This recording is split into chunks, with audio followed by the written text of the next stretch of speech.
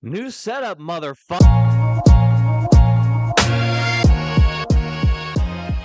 So, Crackle Barrel. Unfortunately, when as much as I want to make the joke of, oh no, put the racism back in Crackle Barrel. I know you don't want me here. I know I'm not welcome because I'm a dirtbag lefty urbanite. It makes the food taste better when I get to talk about how dumb Trump is or whatever Republican darling of the time I want to crap on is just loud enough so the old bags within earshot have a scowl on their face the entire meal for their entire meal. It's just delicious. Unfortunately, that's not why they're doing this. They're doing this because of it's basically why you don't see any of the interesting buildings from fast food restaurants anymore. It's why you don't see the Pizza Huts. It's why you don't see the McDonald's playpens. It's why you don't see big old Burger King signs outside. It's why you don't see KFC buildings with like red and stuff on them and like panels. It's why you don't see any of these. It's why none of these exist anymore. It's because of the underlying business model. When a business rents a place, if the business goes down tomorrow, the folks who are renting out the shop space want to rent it to somebody else. Well, what do you have when you have these super unique, super identifiable branded buildings that, oh, this used to be a Taco Bell. Now it's a porn shop or a vape shop or something. There's really not much you can do at that point, if I'm being perfectly honest. At that point, you're kind of demolish the entire building because like a local business that's desperate for like a cheap spot, you're kind of in a position of, hey, that's the halal joint that used to be a Pizza Hut. Not particularly great place to be in that regard. Let's be honest. But it's a reason why, in a McDonald's and a Shake Shack and Dunkin' and all of these other places, they look like these beige gray buildings. It is because the business model of the fast food restaurant and the restaurant business in general is real estate. McDonald's, the corporation, doesn't sell burgers. They collect rent. You see, if a McDonald's store makes $3 million, right? Off the top, before anything else gets paid, any tax, any wages, any operating costs, McDonald's gets 20%. McDonald's takes 20% of the gross off the top.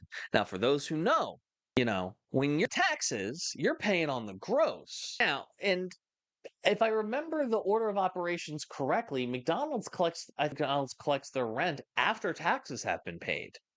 So by that point, it's the net. And from that net comes, which is like, if I remember correctly, is antithetical to how most businesses do work. Most businesses, when they are doing this, is the taxes are the last thing they're paid, so you can write off that 20%, show less, and so you can like kind of taxes. That's not what happens. Say that take 20% of that. That is approximately 600,000. Like, and that's in a month, by the way. This is like I think a month. This is like a profitable store. This is a once a month, like a $3 million a month store.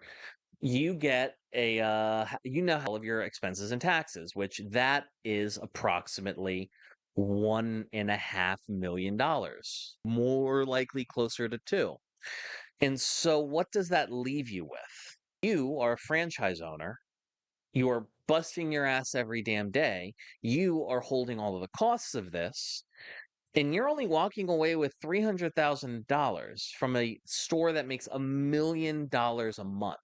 Now, $300,000 is way more than probably you or I will ever get in this lifetime. But if you're some rich asshole, a fast food franchise is not necessarily going to be what you want to go for in regards to building wealth. So it's a lot of work, not a lot of payoff.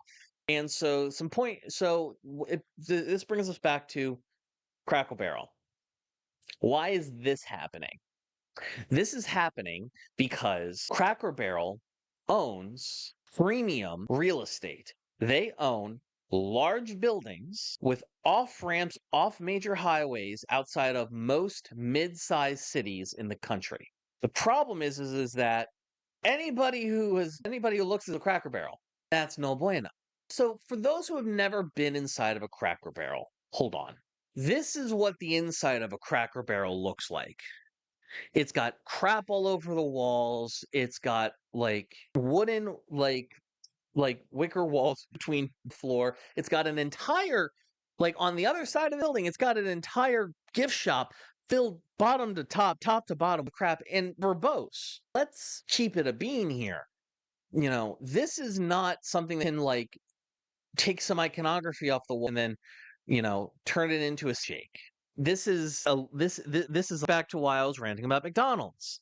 The reason why McDonald's are boring now and there's no play places for the children to play is because McDonald's doesn't hawk burgers.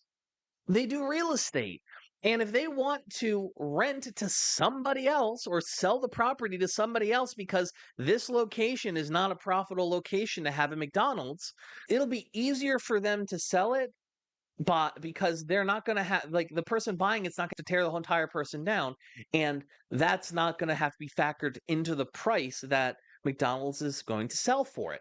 They have to sell it with McDonald's for lower for the land, because you have this giant F-off building on it that nobody outside of McDonald's franchisee is going to use. And that's why Cracker Barrel is going to this, tasteless, bland logo. Its Barrel wants to be able to, if need be, sell a land that is not as profitable for a big markup, and anybody who goes into that will be like, oh, this former Cracker Barrel has basically no representation of ever being a Cracker Barrel. It looks like a normal building. Sure, this means I'm not going to have to spend as much money to tear this entire building down and rebuild it from the ground up. Voila. It's a cost-cutting measure. The whole purpose of this is so Cracker Barrel and also all the other restaurants, fast food chains, it's so that they can save money on it increases the value on paper of these properties. It's a money thing. It's a capitalism thing. It makes things bland. It's this vague millennial. I do want to remind everybody that millennials do get a bad rap for that. I'm Gen Z myself, but I'm gonna rep millennial brothers and sisters here for a second. A big reason why millennial gray and in the current status, the housing market of millennials, look at the housing market, the ones that these are the ones that can afford a home, mind you. All of the people that can afford a home are treating these homes like assets, and therefore they're not planning on living on them forever. If I had a house with a 3% interest rate on mortgage, that would be my coffin. I would live there forever, through hell or high fucking water.